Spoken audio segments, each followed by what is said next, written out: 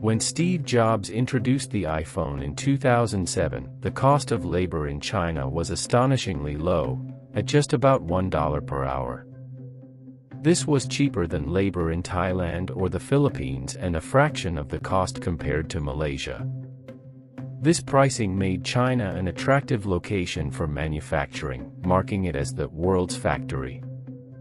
Fast forward to today, and the landscape has changed dramatically.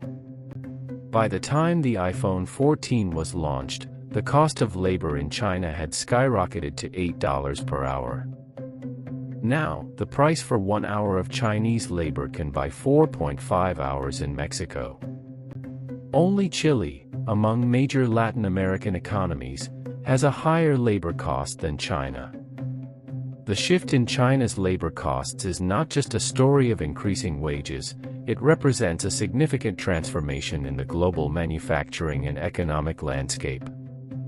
As China moves from being a source of cheap labor to a more expensive option, the implications for global businesses and the Chinese economy are profound. This article explores the factors behind this shift, the demographic and economic changes in China, and the future of its role in the global economy. Historical context: China's population and labor force. Mao's policies and the population boom. China's journey as a manufacturing powerhouse began long before the iPhone era. During Mao Zedong's rule, there was a strong emphasis on increasing the population. Mao believed that a large population would be a strategic advantage, even in the face of nuclear threats. This belief was partly driven by the need for labor in an agricultural society where children were seen as essential free labor. To incentivize large families, the Chinese government implemented policies that rewarded families based on the number of children they had. Points, redeemable for food and other necessities, were given out, encouraging population growth. This led to a significant baby boom, resulting in a large cohort of young people entering the labor market in the late 20th and early 21st centuries. The one-child policy and its impact. Following Mao's death, China's leadership shifted gears dramatically with the introduction of the one-child policy in 1979. This policy aimed to curb the rapid population growth and control the demographic explosion. While it effectively reduced birth rates, it also set the stage for future demographic challenges. The one-child policy created a significant age imbalance. The large number of young workers entering the market in the early 2000s provided a demographic dividend, fueling China's manufacturing boom. However, as these workers age, the labor force is shrinking, leading to a demographic deficit. Today, the labor market is facing the consequences of this policy, with fewer young people entering the workforce and a growing number of retirees. China's demographic dividend coincided with its rapid industrialization and economic reform in the late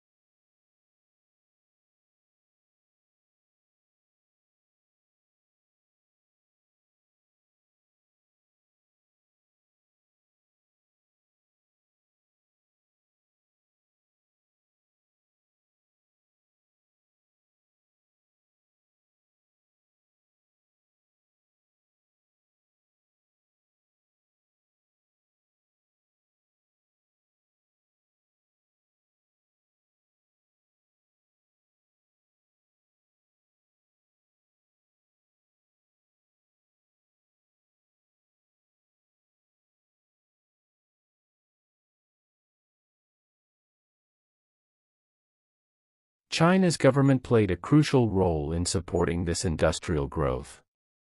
Massive investments in infrastructure, including roads, ports, and industrial zones, created an environment conducive to large-scale manufacturing. Local governments competed to attract businesses, rolling out incentives and building the necessary infrastructure to support factories and supply chains. These investments made China not only a hub for cheap labor but also a logistical powerhouse. The efficiency and scale of China's infrastructure allowed it to handle the demands of global manufacturing, making it difficult for companies to relocate production despite rising labor costs. Increasing wages and the Lewis turning point. As China's economy grew, so did the wages. The increase in labor costs is partly a result of the country's economic success. Workers demanded higher wages and better working conditions as their standard of living improved. This wage growth, while beneficial for Chinese workers, has made China less competitive as a low-cost manufacturing base. China is now experiencing what economists call the Lewis turning point, where the surplus labor from rural areas is exhausted, and wages start to rise rapidly. This shift has significant implications for the global economy. Companies that once relied on cheap Chinese labor are now seeking alternatives in other countries where labor is still inexpensive. The decline in labor force and migration. The shrinking labor force is exacerbated by declining birth rates and the aging population, a direct result of the one-child policy. Additionally, the once steady flow of rural migrants to urban areas has slowed. Many of the regions that provided labor in the past are now facing their own demographic challenges, further limiting the availability of new workers for urban factories. This decline in labor force growth means that China can no longer rely on an endless supply of cheap labor. The country is transitioning from a manufacturing-driven economy to one that must focus on higher-value industries and services. The middle income trap and future challenges. The middle income trap. China is now facing the middle income trap, a situation where a country's growth slows after reaching middle income status, preventing it from becoming a high-income economy. This trap occurs because the factors that drove initial growth, such as cheap labor, are no longer sufficient, and the country must transition to higher productivity and innovation-driven growth. For China, this means moving up the value chain. It needs to develop more advanced industries, improve worker skills, and increase productivity. However, this transition is challenging. China's educational system, while impressive in terms of college enrollment, leaves a large portion of the population without the necessary skills for higher-value jobs. Education is crucial for China to escape the middle-income trap. Despite the significant increase in college enrollment, there is a disparity in the quality and distribution of education. While a small elite is highly educated, the majority lack even basic high school education. This creates a skills gap where many workers are either underqualified for technical jobs or overqualified.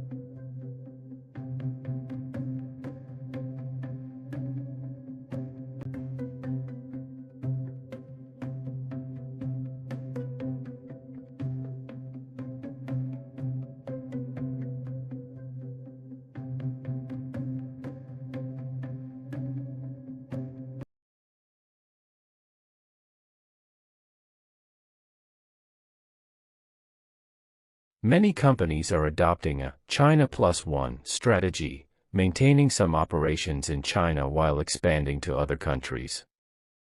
This approach allows them to benefit from China's established infrastructure and supply chains while mitigating risks associated with rising costs and geopolitical uncertainties. Despite the challenges in its labor market, China's domestic consumer market remains a significant opportunity for global businesses. The country's growing middle class and increasing consumer spending power make it an attractive market for companies in various sectors. Businesses that initially focused on using China as a manufacturing base are now turning their attention to its potential as a consumer market.